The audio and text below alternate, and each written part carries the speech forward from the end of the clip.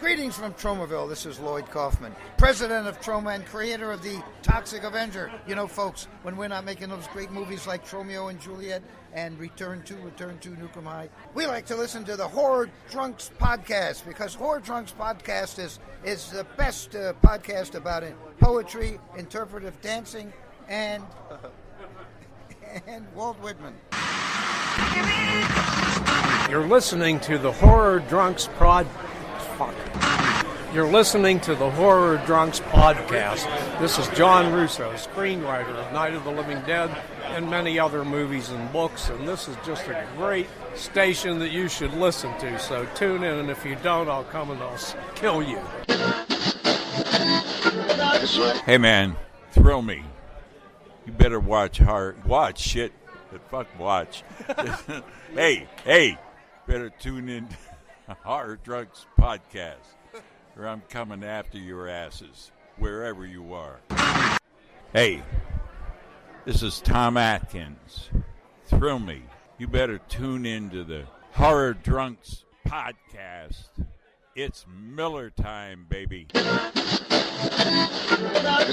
This is Sid Haig, and I want you to listen to the Horror Drunks podcast. I'll come over there and put my boot all up in your ass. This is Julian Sands, and I want you to listen to the Horror Drunks podcast.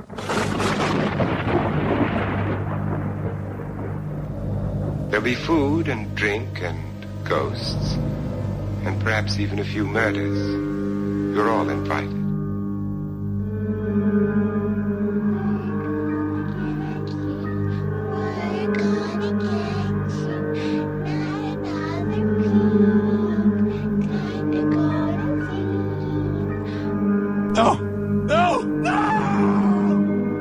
You think that when you die, you go to heaven. You come to us. You're crazy. No, I'm dead. Plain and simple. Long life the near flesh.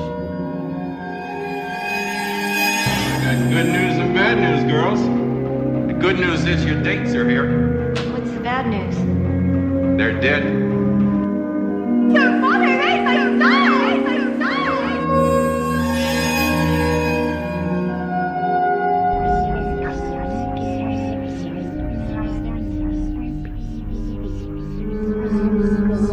Why do you eat people?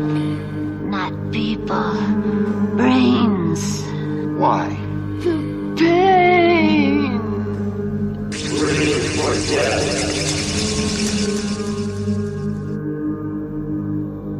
What do we do? Why don't we just wait here for a little while? See what happens. All right. Shut up. This is the Horror Drunks podcast. Hey, do you think that the party is gonna like? How are we ever supposed to get our shit together when we get together? It sounds like shit. People are gonna come over and interrupt us. Yeah. So we better start cracking. This is the fucking Horror Drunks podcast. Yeah, we can't afford to have any interruptions, or we really got to get through this one. Shut up. This isn't even a bit. I just asked if you were going to interrupt again. I didn't want you to. But it's the Horror Drunks podcast. This is the Stephen King episode. So we had to move inside because it's like fucking... It's like a monsoon out there. Yeah. It's terrible, and I'm super fucking annoyed right now. But anyways, this is our Stephen King episode. We picked 3 movies that weren't like nowhere near his best. Well, in keeping with tradition, we picked things that are fairly underrated and mostly underappreciated and probably unseen by most people who aren't horror nuts or completionists. And hell, all these were, I think, straight to video too, weren't they? I think Thinner was at the theater, right? Graveyard Shift definitely played theatrically. Thinner played theatrically. Oh, wow. The Mangler also played theatrically, but in a very small run. And also, we have to announce that we are partnered up with pophorror.com. Yeah. A website that Scott writes for, and it's a really good website. Yep. I'm not just saying that. Back in the day, I used to go to, like, horrortalk.com, and if Pop Horror was around back then, I would have went to that probably instead. That's like, because they do. It seems like they are more focused on a lot of the indie level style horror. Which Yeah, is really I cool. mean, like, they're actually kind of up there. I mean, there's Bloody Disgusting, there's Movie Pilot Horror, Fangoria, there's a couple other ones, but they're not too far behind as far as, like, being good and finding information. Right. So that's pretty cool, and so, yeah, we're a part of that now. Yeah, the first podcast you joined. Yippee-ki-yay, motherfucker. Get closer to the mic when you... Yippee-ki-yay, motherfucker. There you go. When I John McClane. When you John McClane. Don't John McClane so far away from the mic, please. Is that a new sex position? Sure. We're also sponsored by Zima in this episode, temporarily. And New Holland Hoptronics Double India Pale Ale. And Red's Apple Ale. And don't Founders embarrass the podcast, like- Founders Doom Imperial Pale Ale. Says the guy drinking a Zima. No, like, seriously, this is the first time I had a Zima since I was underage, so... God damn it. I think it tastes the same. It doesn't Yeah, I don't taste really good. know that anyone has ever consumed a Zima in their adulthood. Yeah, I have just now, so... Well, congratulations. Well, the old people, when Zima was around the first time, obviously, duh. So... All right, yeah. Stephen King movies. Not yet. No? Okay, No, what we are we... We got our plugs and all that shit still. Yeah, we have like lists and stuff we got to do. So we are going to continue our top 100 list, and Randy is going to do 21 of them because he didn't have it ready last week. So Randall, you want to do your top 100 or your 100th? Yeah, it's just like in random order past number 10. So, like, for instance, the bottom one that I have is Society. Ooh. Oh, wow. Yasna's Society. And then next after that is Fulci's Zombie. Because at this point I was just putting random numbers next to movies. I couldn't fucking... You cannot put Zombie at 99. Well, it should definitely be way higher, but this is just what happened. All right, so I think people are going to be more focused on what me and Scott are doing, but you can do your own thing over there. Keep going. Then after that I have Hickox's Waxwork. Which would be 98 if people keeping track. Yeah, 97. Terror Vision. Oh, fuck, I left that one off. I think that one's on mine somewhere. Damn it. Next is The Howling 2, 96. Next is Demon Knight at 95. Next is Blood Rage. Nice. At 94. Next is Trick or Treat.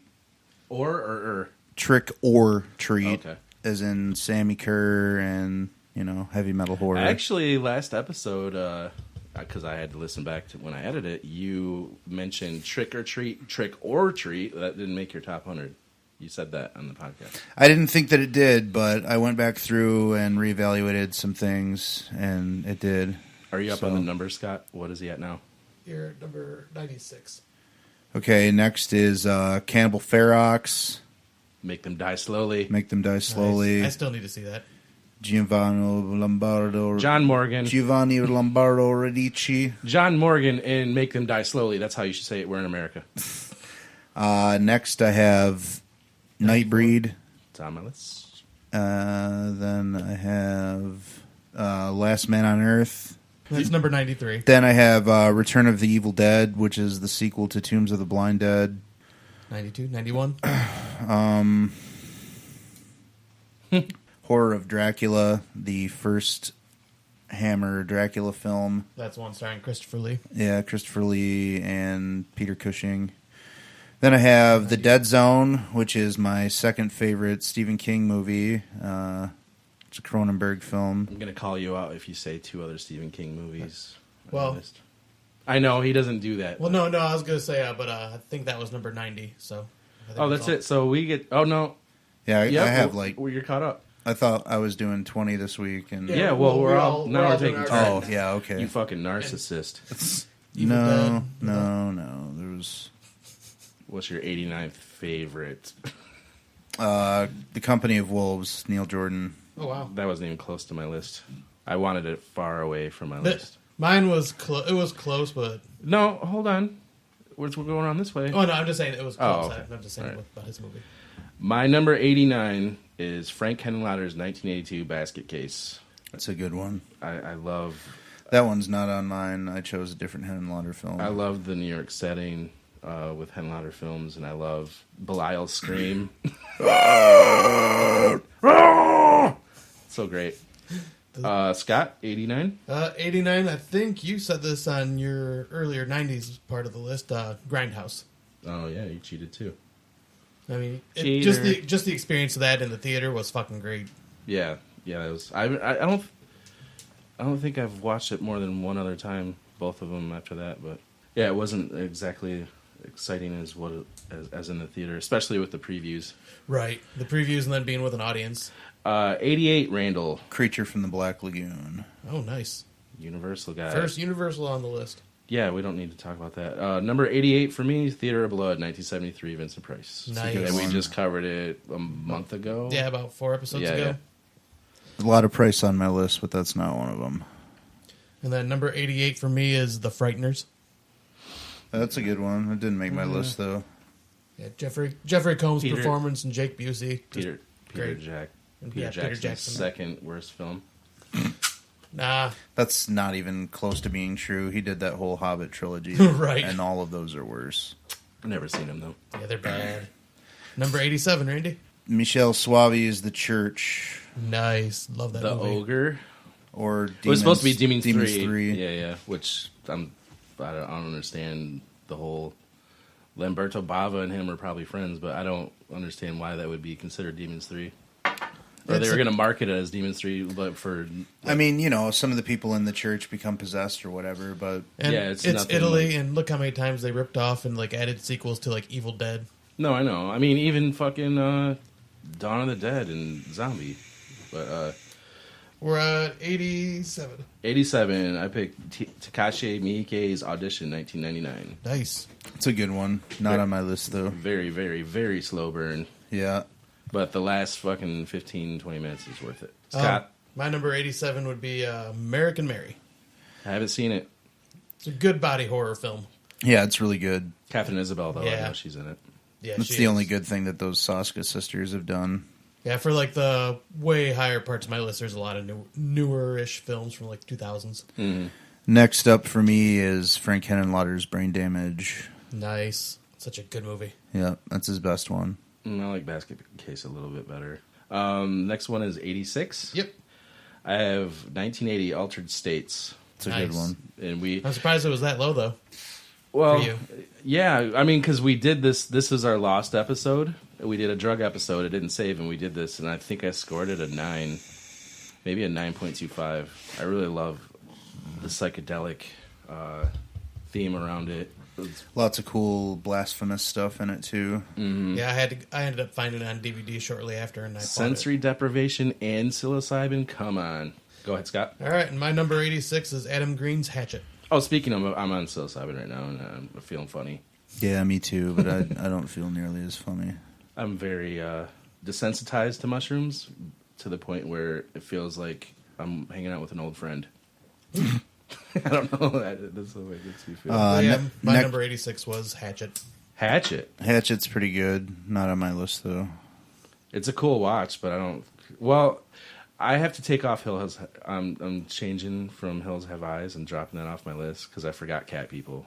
Oh, okay. So that's Cat People is my number 99, so I'm switching that.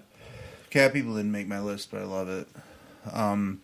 Next up for me is Pin, A Plastic Nightmare. I have not seen that. That's a cool Canadian flick. Yeah, it's not... I mean, it's a horror film, but it's way more of a psychological horror film and just a creep fest. And what is this? 85. 85 for me is 1983 Angst. Oh, really? Dude, yeah. Huh. Dude, some of the cinematography, going up the stairs when he's chasing her in the beginning, and that just feels like something that feels like you're getting a glimpse into a real fucking serial killer. That dude's super sick. Yeah, I mean, I don't know. You didn't like it? No, I like it fine, but I'd rather watch Shram or Henry or. Well, yeah, one of those made my list too. So. Oh well, good. Oh. At least I fucking ordered mine. And my number 85, we just talked about it last week, Terror Firmer. Okay. Pumpkinhead. Yeah, I can't give you shit on like going that low because you gave him that some shit for going low last time, but you're not doing that, so that sucks. We can't even like argue with you. Or at least for now. Yeah, I didn't. I did my best.